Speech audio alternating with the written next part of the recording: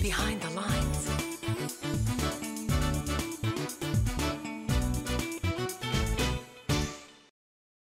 Hello and welcome to Behind the Lines. I'm Diane Dayton. Today we're going to talk about an important topic, bankruptcy and consumer issues. And with us right now we have Cynthia Reed, and you are a bankruptcy attorney. Thank you for being here. Thank you for having me. And you're based in Lancaster, correct? That's correct. Okay. Now you've been doing what you do, what, about 18 years? Yes. And how did you start? Well, it's a long story. Well, the short version is. Okay. Well, I got out of law school and ended with dreams of doing something else, ended up working for a sole practitioner who focused on bankruptcy, and here I am. Okay. And what's so valuable about this is, I know there are people probably wondering, I don't really know the ins and outs of bankruptcy and what we're calling consumer issues. And what are the consumer issues, Cynthia? I guess primarily when someone's faced with typically a lawsuit, they're being sued by a credit card or some other creditor. They don't know what to do about it. They may have some defenses under the Fair Credit Reporting Act or the Fair Debt Collection Practices Act. Quite often the best option is simply to file a bankruptcy, because if there's one, there are probably others. Okay, all right. So when we look at this is what we call your focus, right? Working Correct. with bankruptcy. Yes. And with consumers. Yes. Individuals. There's different things that we need to look at. First of all, let's tell everyone the areas that you actually work in as well, too. Lancaster.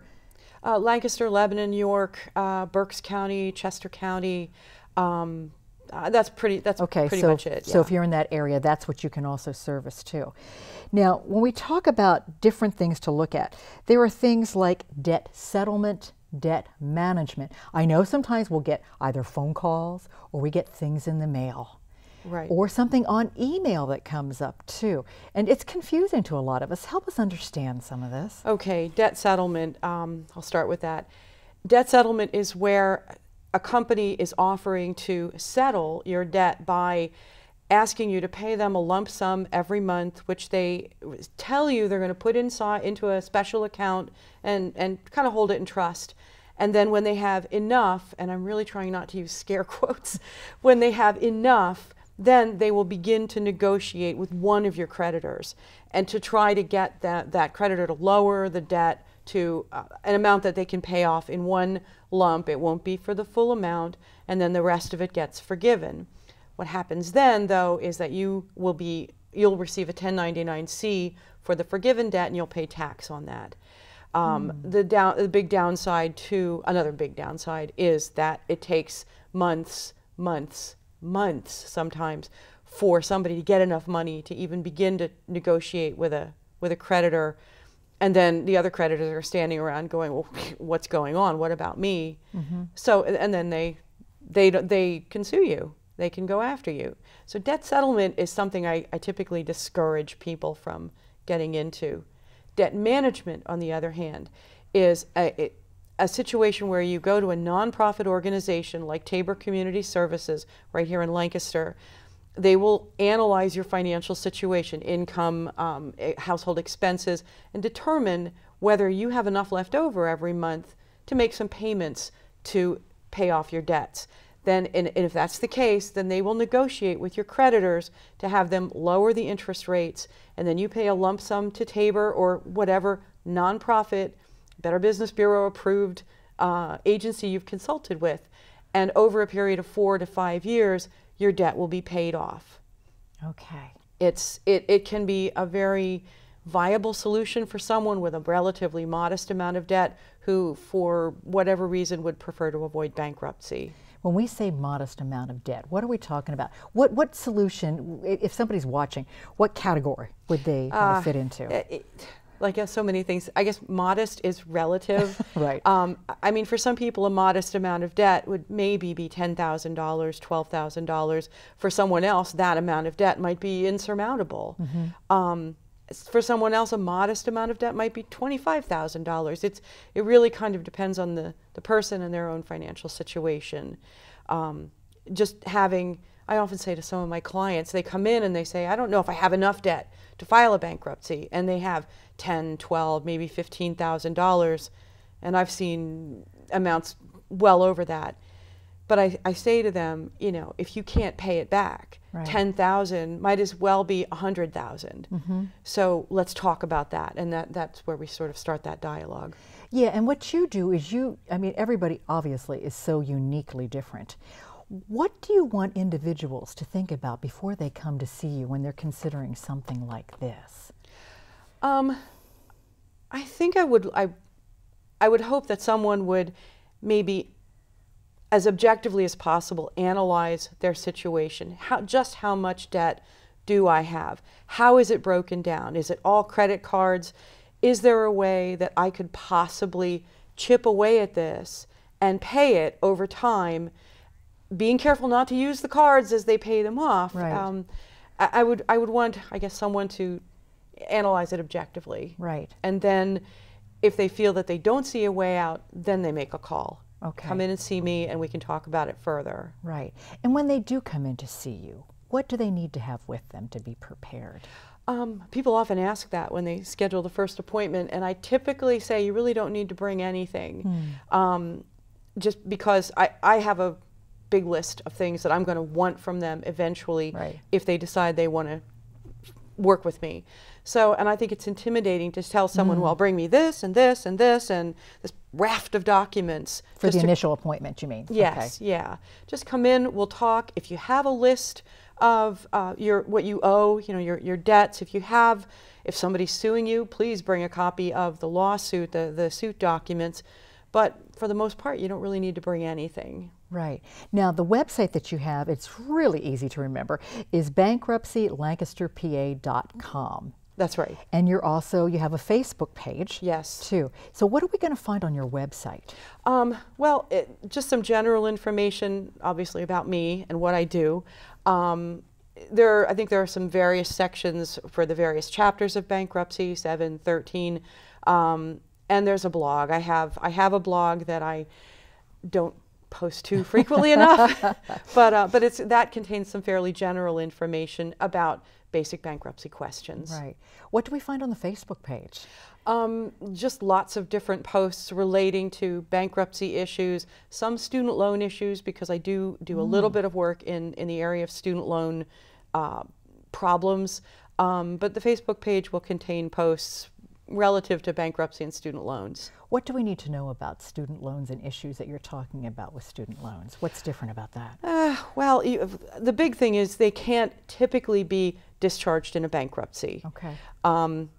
There is the possibility of getting a discharge in bankruptcy, but it's almost impossible. Okay. The big thing I think that I want people to understand is that you really, really want to understand what kind of loans do you have? Are they federal or private, or do you have some of each? Because the federal loans are a lot easier to resolve. There are various programs available right now for repayment so that you don't have to pay the full amount every month, called income-based repayment or income contingent repayment. You can have a manageable student loan payment for 20 to 25 years. You have to check back in every year and recertify. But if you can't afford to pay your full loan amount every month, you can pay what you can afford, right. 20 to 25 years, and at the end of that time, whatever remains unpaid is discharged or forgiven. Okay. Private loans, you don't get that option. Okay. So that's the big difference to understand, or the big thing to understand about student loans. It's really important to know what kind you have. Right. So the more we know, the better equipped we are to take care of our financial system, for ourselves, with our household, and as an individual. And that's where your guidance comes in, with helping us understand how to navigate, right? Right, right. I like to think so anyway. Well, the reason I had contacted you too is because I had heard wonderful things about you. That I never know how to react to that. Because people that have talked to you and have used your services in the past, talk about the way that you can explain and help us to understand this. So even though sometimes this feels fearful, we need to talk about it and address it. Correct? Oh yeah, yeah. putting your head in the sand. It doesn't do anything, and there are some potential downsides, big downsides, to just ignoring debt, especially when the creditors begin suing you. Right. So it is important to at least face it, come in and talk to me or someone, a bankruptcy attorney, and get an idea of what you can do to get a handle on this. Right. I was just go ahead. a little anecdotal. This is a small town. Lancaster's not a big city. I frequently run into former clients on the street or in the grocery store, and people have come up to me and have said, "Oh, you helped me so much. I can sleep again. I never thought that I would feel this way again. But I feel so much better." That's exactly what it's about. When you feel that stranglehold and you feel you can't breathe, definitely reach out, because there is help available. Exactly. Yeah. Now, bankruptcy, we're going to take a brief pause, but there's different types of bankruptcy that we want to get into and explain. So stay with us. That's next. Welcome back to Behind the Lines. We're talking with Cynthia Reed. She's a bankruptcy attorney. We've been talking about consumer issues, and now we're going to talk about bankruptcy. There's really two for consumers, correct? Is it 7 and 13? That's correct. All right, tell us about 7, first of all. Okay. I'm going to go into my spiel. Chapter 7 is, I think the bankruptcy that most people think of when they think about filing. That is a type of bankruptcy where you provide a list of all of your assets, all of your liabilities, your income and your expenses, a few hoops you have to jump through, take a credit counseling course and things like that. File with the court, attend a creditors meeting, and within roughly 4 months, you receive a complete discharge of all of your indebtedness. And what that means is, a discharge means that your personal liability on all of that debt has now been extinguished. There are a couple of things, few things you cannot get discharged in a bankruptcy: past due income taxes, but of course there's an exception, but it's a little complicated. Domestic support obligations, child support, spousal support, cannot get discharged. If you owe fines and costs for a criminal charge, like a DUI, can't get rid of those either. But pretty much everything else gone in roughly 4 months with a Chapter 7. What do we need to know about that as far as repercussions for credit and that sort of thing after that? I mean, how does that really leave you? Okay, and I love that question, because I get people, that's usually the next question: what's going to happen to my credit? And the bizarre thing is, and what I love telling people is, your credit score is likely to come up after you file. You file your Chapter 7, as a rule, most people's credit scores are going to be in the 500s or lower, and within 6 months to a year of filing your Chapter 7 and receiving your discharge, you could see a bump in your credit score of 80 to over 100 points. Wow. And I don't know how they figure out, well, this person gets this much and this person, but it is almost across the board, people actually benefit. So is this a black mark that stays on your report? Not a black mark. What is it? It's information. Okay. It's public information on your credit report. In the very beginning part, this public record area. Bankruptcy will show up there. It'll stay there for 10 years. The bizarre thing, though, is what I was just talking about, is that with Chapter 7, at any rate, you file, and it's almost like the creditors are saying, "Oh, look, she filed a Chapter 7. That's good. We can offer more credit." I'm maybe exaggerating a little bit, but it's not a black mark. Okay. So in other words, one will be credit worthy after that and can basically kind of start over. Is that what you're saying? Absolutely. It's not that 7 years you can't get any type of loan or whatever. Not at all. Okay. Not at all. Well, okay, I'm sorry. Well, I was going to say, you will pay a little price, though. What is that? Your credit interest rates, your car loans, That's whatever. the difference. You'll pay more in interest. You won't get those. The really good deals, until later. So then what is Chapter 13? Chapter 13 is more of a repayment plan.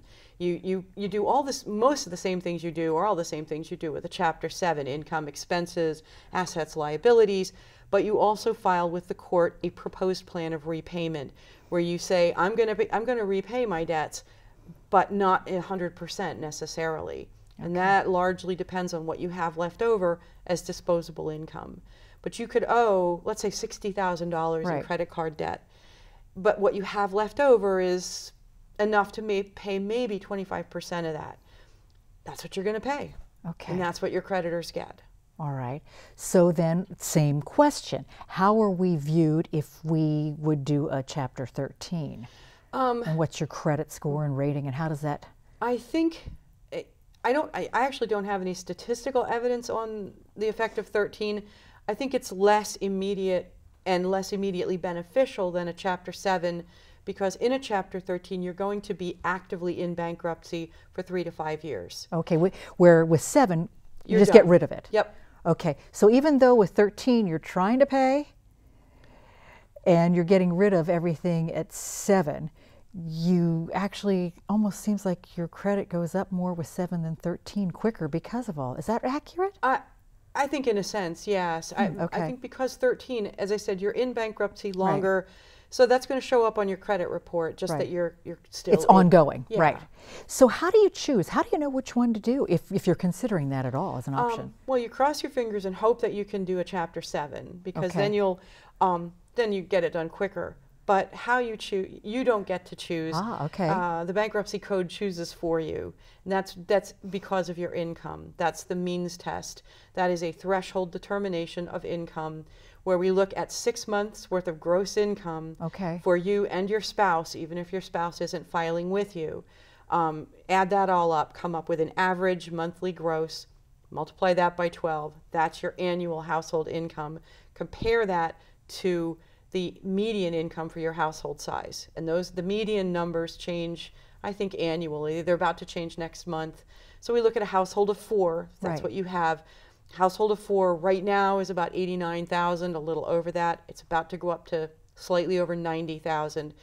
If your income is less than that, you pass the means test. For a 7? Exactly. Okay. If you're above that, there's an additional calculation we have to do.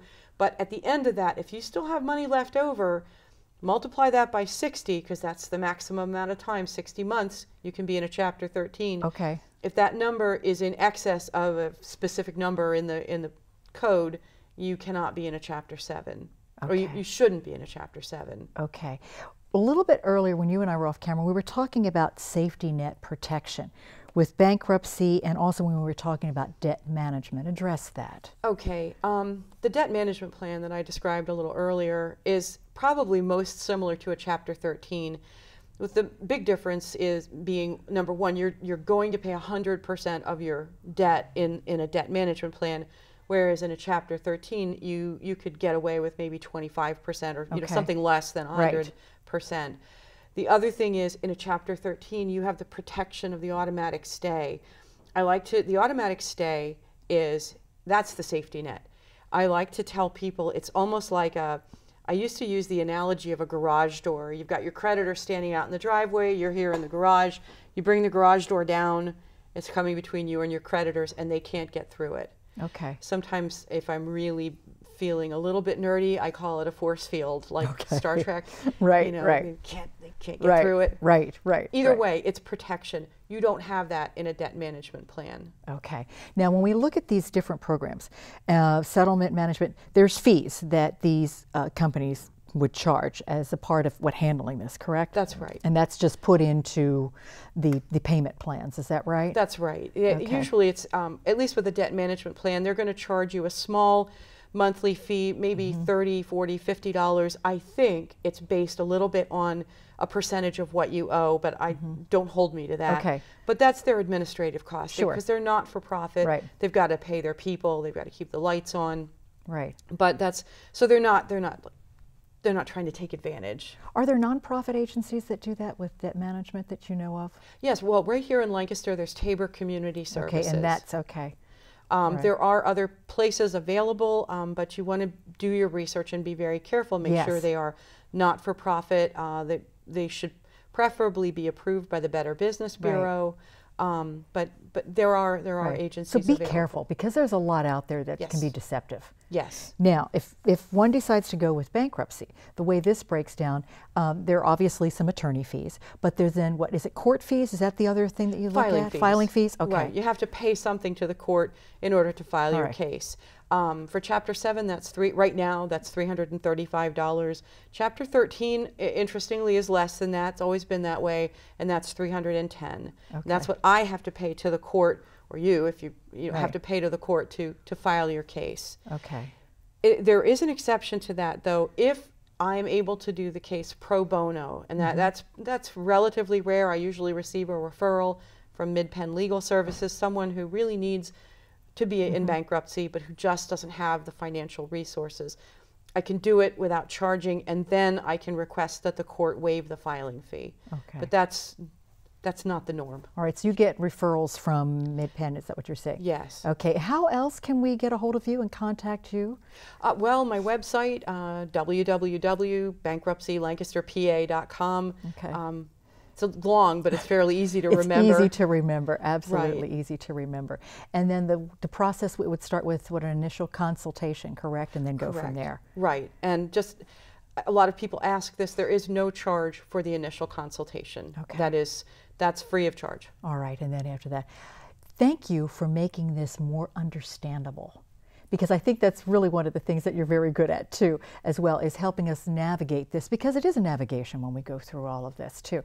Once again, we're going to put the website up on the screen. It's bankruptcylancasterpa.com. There's also a Facebook page, and that's under what? I should know that, shouldn't I? Yeah.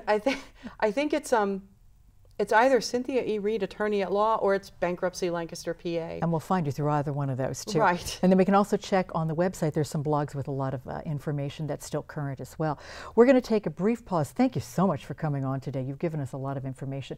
Brief pause, and we come back. We're going to have some final thoughts. Stay with us. We've been talking about consumer issues and bankruptcy with bankruptcy attorney Cynthia Reed. There is a free credit report. Tell us about that. Yes, www.annualcreditreport.com. That is the only free credit report that's available under the Federal Act that permits consumers to have a free copy of their credit report every 12 months from each one of the 3 major credit reporting agencies. So annualcreditreport.com. Okay, and what else do we want to remember? Final closing.